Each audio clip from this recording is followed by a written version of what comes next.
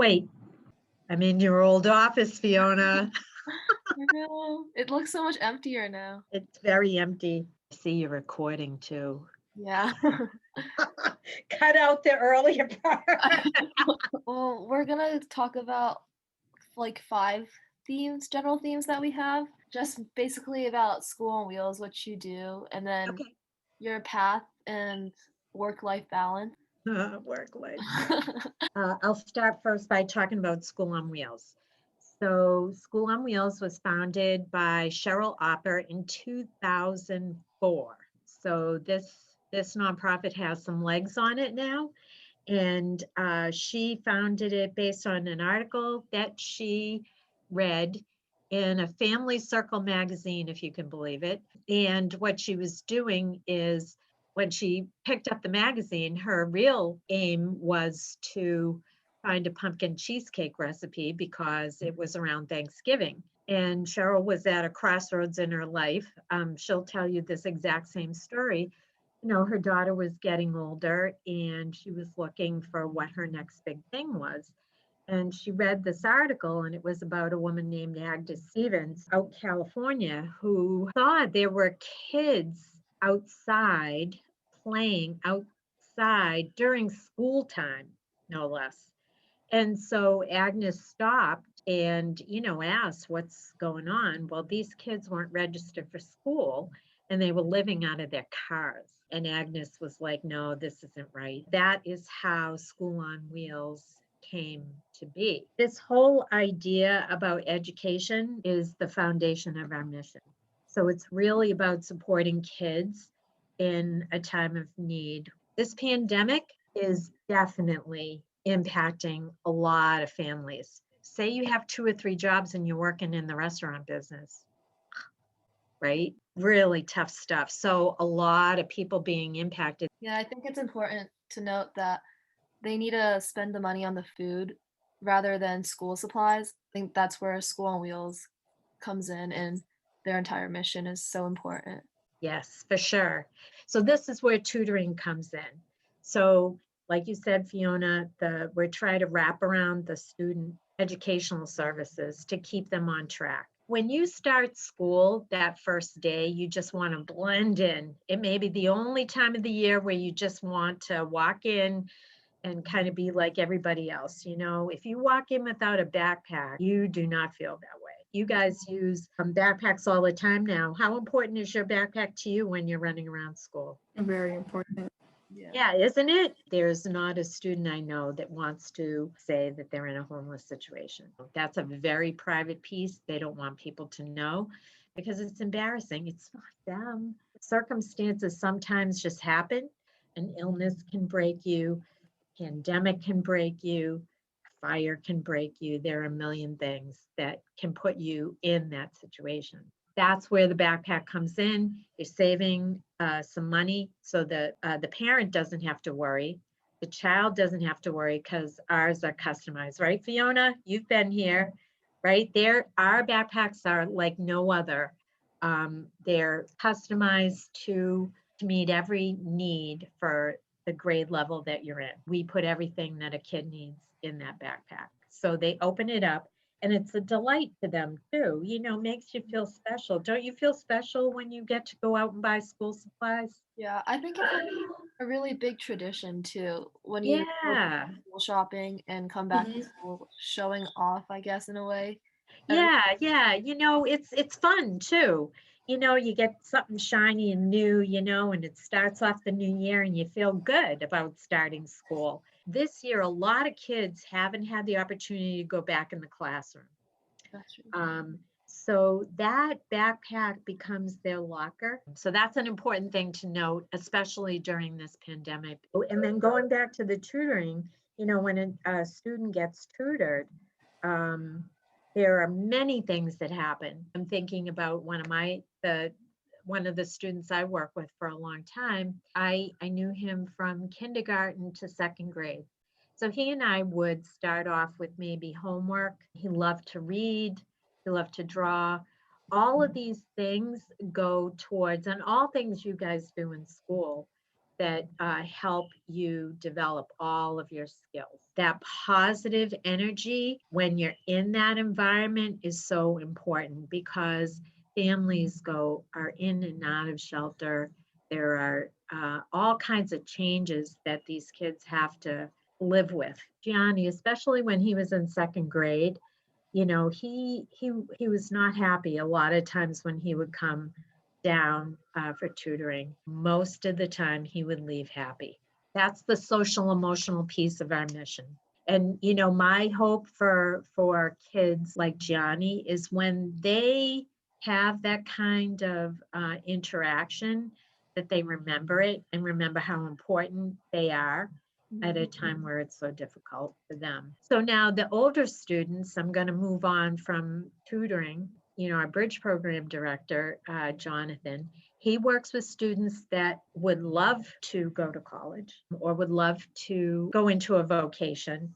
And we try to work with guidance counselors and the students. So wherever financial aid doesn't fill the gap, we try to. In fact, Jonathan was saying, oh, I'm going through my busy season because he has to order the students all of their books for this upcoming semester. It's the books, it's living situation, as well as supporting them with a mentor. So that's another really important part where we supply every student that would like it with a mentor. And it's an adult like me of every walk of life, and pretty much every age, except we do ask for mentors that have graduated from college because we want these kids to have a network when they leave. So that person, helps them through with organizing and helping them through the college years, helping them with life skills. And then also when they're ready to graduate, get the resume ready, have some connections and guide them through that process of, okay, now I have the degree, help me find some employment. So one real great story that I can tell you, the very first student and the very first tutor was School on Wheels, and it is a real success story. His name was Darren, a student. He had been bumped from shelter to shelter to shelter. He said, quote unquote, I'm dumb in math. So he didn't feel like he had the skills that he needed to get through his math class, and he wasn't doing well in it. So Cheryl invited a tutor. His name is Steve. He's a great guy. And they sat at Cheryl's kitchen table. Steve worked with Darren, building up his skills. And the best part of this story is that they became friends. He graduated from high school and did very well. And here's the important part. The bridge program supported him to help him get into a vocational school. He is almost done studying for his master electrician license. This close to being done, and they still are in touch. They still play chess. They still play checkers. The last time they were together, of course, pre-pandemic, everything is pre-pandemic, right? Darren bought lunch for Steve and said thank you. That's what School on Wheels is about. When you think about 24,000 students in the state of Massachusetts that are in a homeless situation, you can't look at that 24,000, you have to look at one. The average age of a homeless person is 8 years old. When I think of all of those little ones, I just want to give every one of them a hug and a backpack, and I want to tutor them. I know how close this mission and School on Wheels is to your heart, and Yes. how much I'm just curious about, when did you find School on Wheels? I've been following Cheryl for a very long time and the progress of School on Wheels for a long time. I was volunteering one day it was either a first or second grade classroom, and they had an assembly. And the assembly was the community outreach person. At the time, I have an education background. I was working part-time and taking care of my two boys. But when I heard it, I was ignited. But I also was like, I can't do this, work part-time, take care of the house, take care of two kids. So it was on the back burner. I ran into Cheryl at my part-time job. I did a retail part-time job, and she came in and she needed an outfit, and that's how I met her. Oh, And I'll tell you, just like that. And I kept following her and the whole progress of School on Wheels. And you could see it little by little, the growth. And I ran into her a couple of times after and always inquired. And when I saw that there was an opening, yeah, so I went for it and I did get the job. And I feel like it's where I want to be. And I feel like all the things that I did, including I did get a master's and MBA, but all of it led me somehow here. What's like your day-to-day schedule like? Oh my goodness. It changes day to day. And I think Fiona can probably tell you this straight up because she's been here. Now, today, my plan was, okay, I'm meeting with the CEO. I have correspondence to do, and then I have all of this inventory that I need to count. And then I'm meeting with you guys, right? Well, I got a phone call and I had someone last minute just say, hey, I have these school supplies. Can you come and get them? So my day kind of swiveled around because you have to go and get that donation. You just have to, I never say no. Some days it's very rote, or it could be totally topsy-turvy, people walking through the door, to donate or whatever. I think that's one of the pieces I love about the job is because there's such a variety. What would you say is your overall favorite part of your job? Like something that you love doing the most? Doing this, talking to people, talking about what the mission is, talking about spreading the word, getting support for the kids. That is my favorite part. It's a passion for me. And like, what would you say, like maybe like the toughest part of your job? The toughest part, it's good and bad all at the same time. Our summertime is so busy. We definitely can't predict anything during the summer. Your day could be going along and then things happen. You don't know exactly when people are going to come or this or that. It's being extremely flexible. And then I would say budgeting. Budgeting is I don't care for that part of the job. I just want to give every kid a backpack and not worry about the money, okay?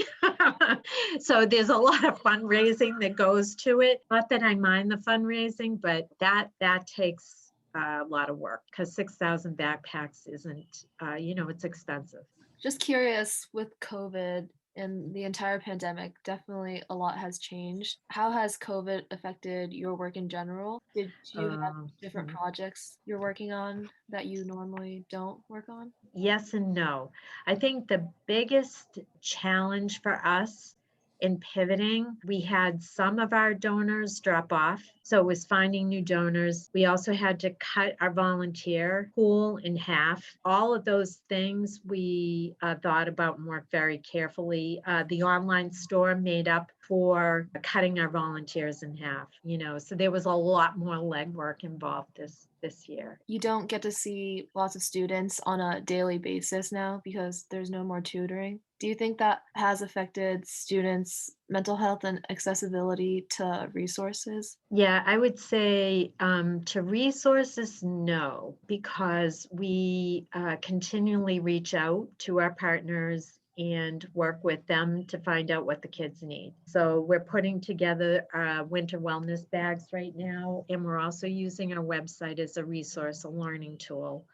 I would say with respect to tutoring, we're working with very small numbers of students right now in a couple of locations. And my sincerest hope is that we'll be able to impact more as we get into this. But as far as resources, when we're asked, we try to provide them. So like, how did you discover that you wanted to work with nonprofits like School on Wheels? I wasn't necessarily looking at the nonprofit sector, but this particular mission and opportunity spoke to me. I truly believe in it. So like, what would you say upside or downside to working with nonprofits that you didn't like expect? You're in it for the passion, not necessarily the money, you know?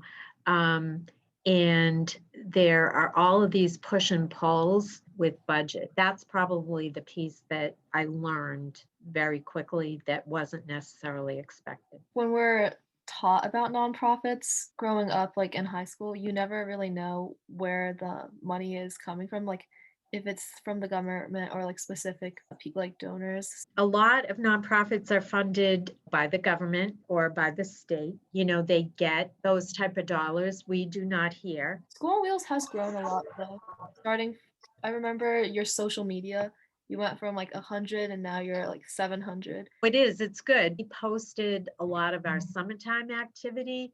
She got a lot of, hits from that. How do you feel about the work-life balance? Is that attainable, I guess? Yes, it is. It is, except in the summertime because you have to be on your feet during the day to work with volunteers. And then in the morning before I get to work, I'm working on correspondence with people that want to come in or they want to donate. On the other side, at night, I'm doing the same thing because I get flooded. I want to make sure that I keep up with it as much as possible. And then there's a lot of database work that goes on during that time, and we want to make sure that we're not losing requests. So I would say the other times of the year, it's easier to manage during the summer. You have two kids who are like almost both in college. So how do Yeah, you think that was before School on Wheels? Did you feel like you had a work-life balance too? I purposely left the industry I was in, which was software development. I purposely left that because of the demands and went to a job where I could be part-time, and there was a hard stop because I wanted to be there for my kids. Mhm. So, and when you think about this pandemic and what it has done for a lot, and families, it's put a burden on women. I would say women are generally the caretakers, I would say, but I think of the demands on both sides of the family. So I made a choice to make work-life balance when my kids were smaller, and then now I have more flexibility. Would you do anything differently if you could go back in time? Even like the little things? From a career point of view, yes. When I got out of school, I had a tough time finding a teaching job. I had great friends and they encouraged me to jump into technology, which I did. I should have followed my passion because I could have impacted more kids.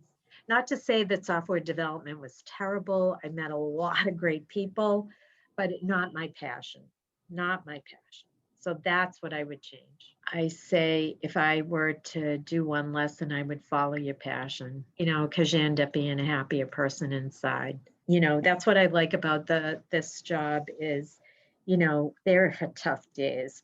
Any job has a tough day, but at the end of the day, if I've helped one kid, that's all I care about. Do you have any advice for high schoolers who are interested in going into your field, like nonprofits? I think when you're in high school, that there should be a couple of curriculum items that you can choose from. And one of them is about different careers, and nonprofit should be part of that, teaching kids that nonprofit is a career path that you can choose. And, even college, maybe that first year of college, I think so much emphasis is placed on the book learning and not the life learning.